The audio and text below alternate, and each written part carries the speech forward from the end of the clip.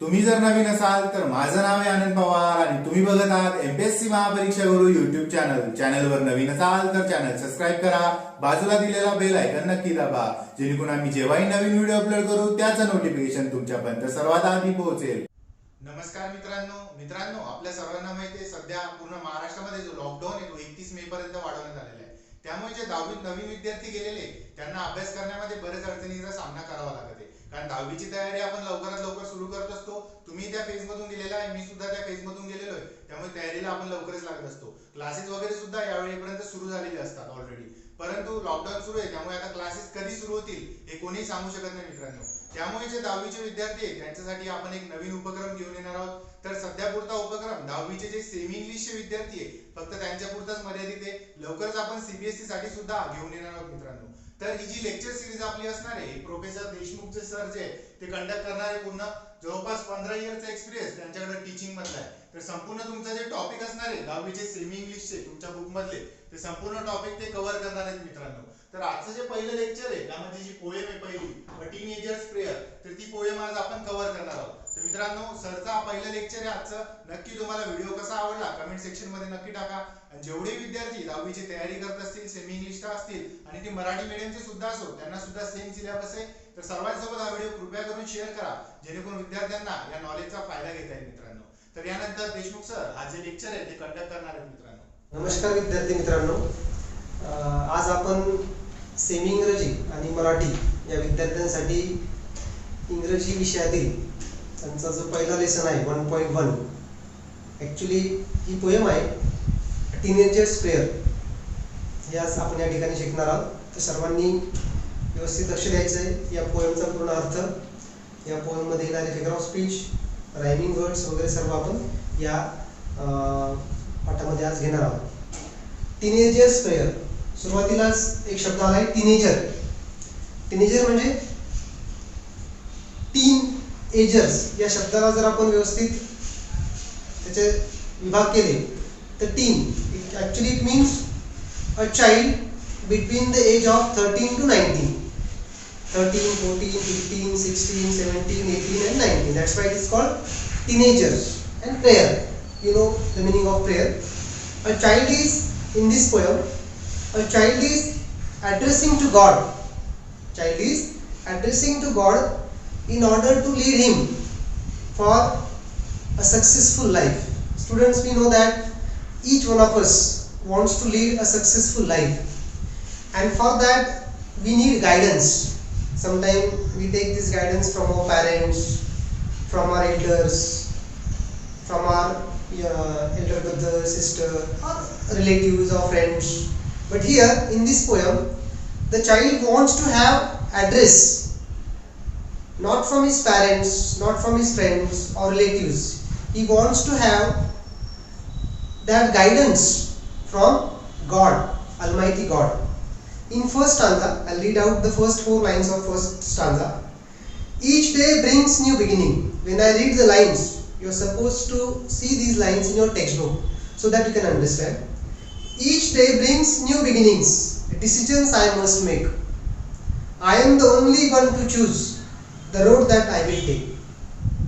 So beautifully the poet has written these 4 lines. We know that each day brings new beginning. When the sun rises, it is a new beginning for all of us. Decisions I must make. And for every day, if I want to lead a successful life, I must make decisions. Then only I can lead to a successful life. Decisions I must make. Friends, in second line, we have a figure of speech here. Decisions I must make. I'll write down this line.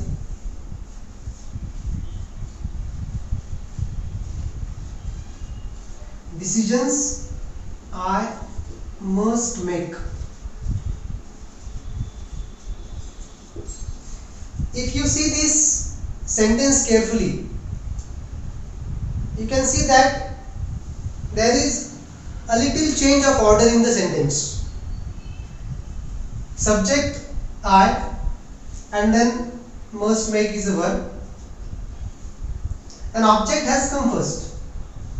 So here there is little change in word order. Yes? Actually the sentence is I must make decisions. But we know that in order to have rhyme scheme, rhyming words, to keep up the rhythm of the poem, poets can change certain words. And here, when the poet changes the word order for poetic effect, the figure of speech is inversion. What? Inversion. In this line, the figure of speech is inversion. It means word order is changed for poetic effect. Intentionally the poet has changed the word order. And what would be the correct word order here then? The correct word order is I must make decisions. It is the correct word order. We can say prose order. That's why the figure of speech is inversion. Understood? So while getting the meaning of the poem, on the same way we will have the knowledge of poetic devices like figure of speech and rhyming words and all. So decisions I must make. Each day brings new beginnings. Decisions I must make. So I am the only person who is going to have decisions of my life. I am the only one to choose the road that I will take. Since it is my life, I am the only person to take the right decision. Others may guide me, but finally I have to take decisions. Sometimes we take guidance from our parents and all, but finally decision is ours. So the road that I will take, whatever road I want to choose for my life, I am supposed to take decision myself. So this is the first stanza, very easy to understand. And in first stanza we have learned one figure of speech, that is inversion, that is in second line. Let's proceed to the second stanza. I can choose to take the road of life. I can choose to take the road of life. In first line itself of the second stanza, we have a figure of speech, the road of life. Life is compared to a road. Life is compared to a road. Life is said to be a road. When two unlike things are compared to each other, here life is said to be road. Life la road asa म्हटले, road of life. In that case the figure of speech is metaphor. In that case the figure of speech is metaphor. I'll write down. I can choose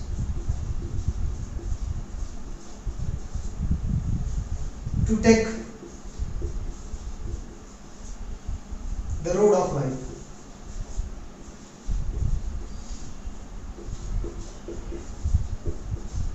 Here, life is said to be a road. Life and road are compared. Life is like a road.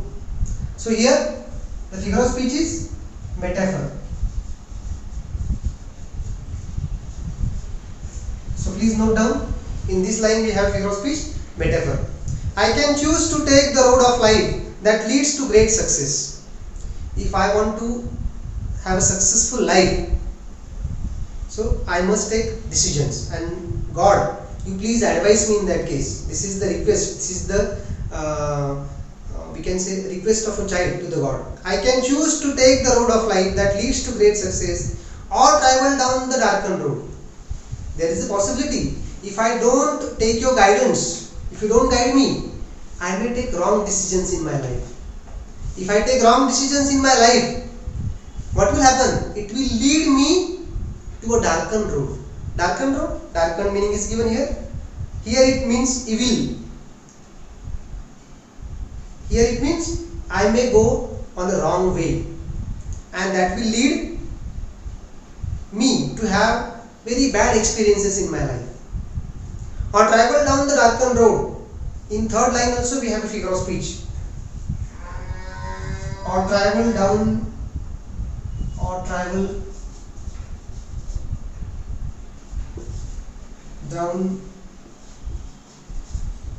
the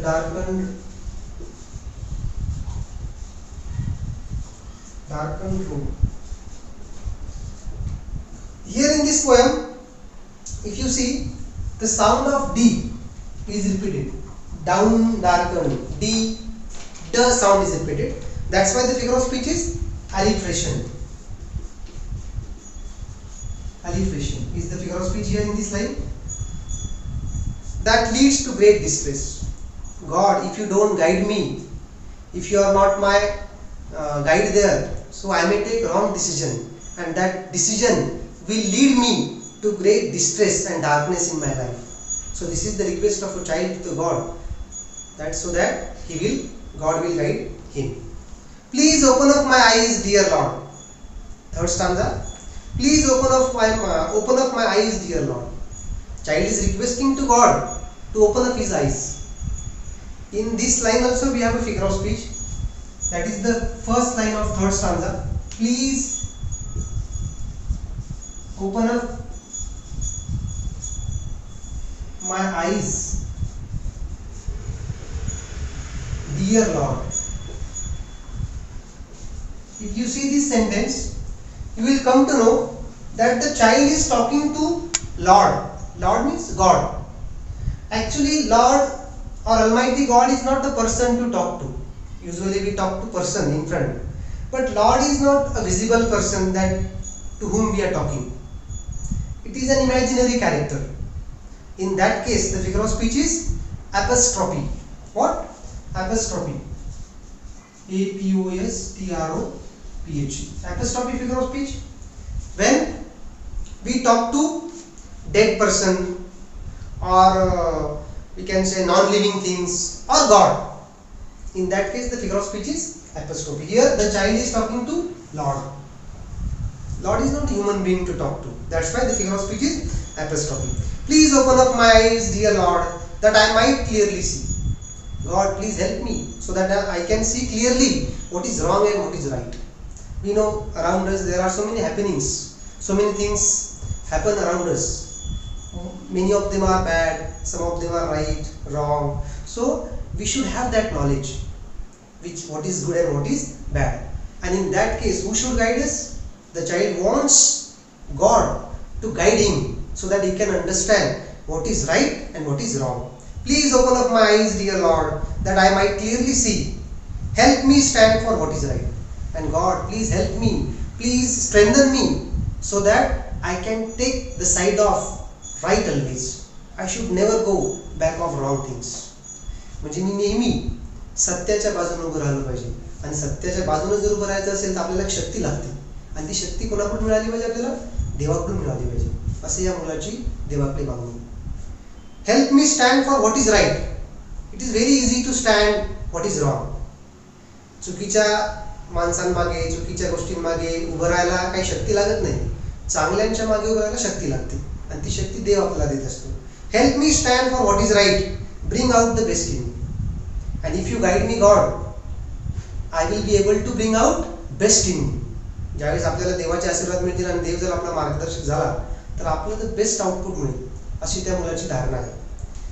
third stanza over, got over. Now fourth stanza. Help lord to just say no. Help lord to just say no. Sometime we need strength to say no for certain things. काही गोष्टींना नाही म्हणायला पण आपल्याला ताकद लागते. मग त्या कोणत्या गोष्टी आहेत ज्याला नाही म्हणावं लागतं? Help lord to just say no when temptation comes my way. Temptation, very good word is here. Let's see the meaning of this word temptation. It is given there in the textbook. A strong wish to do something bad or wrong. एखादी white किंवा चुकीची गोष्ट करण्याची इच्छा, त्याला temptation असं म्हणतात. आपल्याला माहिती आहे, आपल्याला वाईट गोष्टी करायची खूप तीव्र इच्छा असते.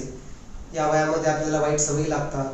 जे करायचं नाही ते आपण अगोदर करतो आणि त्याला काही शक्ती लागत नाही. त्याला नाही म्हणायला शक्ती लागते. वाईट गोष्टी करायच्या नाही हे करायला शक्ती लागते आणि ती शक्ती देवाने आपल्याला दिली पाहिजे. Help me lord to just say no when temptation comes my way. When temptation come to मी,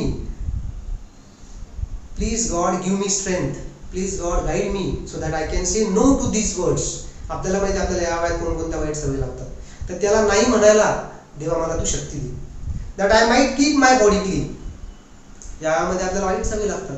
कोणी मुलं काय गुटखा खातील, कोणी सिगरेट पितील वगैरे वगैरे, या वाईट सवयी लागतात जेणेकरून त्या आपल्या शरीरासाठी काय घातक आहेत. तर त्यांना मला नाही म्हणायची शक्ती दे. So that I might keep my body clean. So that I might keep my body internal and external also clean. I should be fit and fine. Then only I can lead a successful life. Unless you don't keep your body fit and fine, you cannot have successful life. That is the first priority, that you should have very clean and fit body. That I might keep my body clean and fit for life each day. If you are not physically fit, if you are not mentally fit, you cannot have a successful life. That's why God, please give me power to say no to such desires which are not good for me, temptations which are not good for me, so that I can keep my body fit and fine, and I will enjoy each and every day of my life. One more figure of speech is there in the last line of the fourth stanza, and fit for life each day. Fit for life each day. Here F, fit and for, F sound is repeated. That's why the figure of speech is alliteration. Sound is repeated for musical effect. That's why the figure of speech is alliteration. And last stanza, when my teenage years are over, when I will be a young man after completing my teenage years. When my teenage years are over, I know that I will see that life is lived its very best. God, if you guide me, and if I follow all your guidance, definitely after my teenage years, and when I will turn back and see my teenage years, I will be very happy to see that life is lived its best. That in teenage years you guided me and I followed you, so that my life was very good in teenage years. I will come to know it in my young age. That life is lived its very best with you walking next to me. And when it would be possible that I will lead a happy and successful life? If you are my guide. If God, you are my guide, with you walking next to me.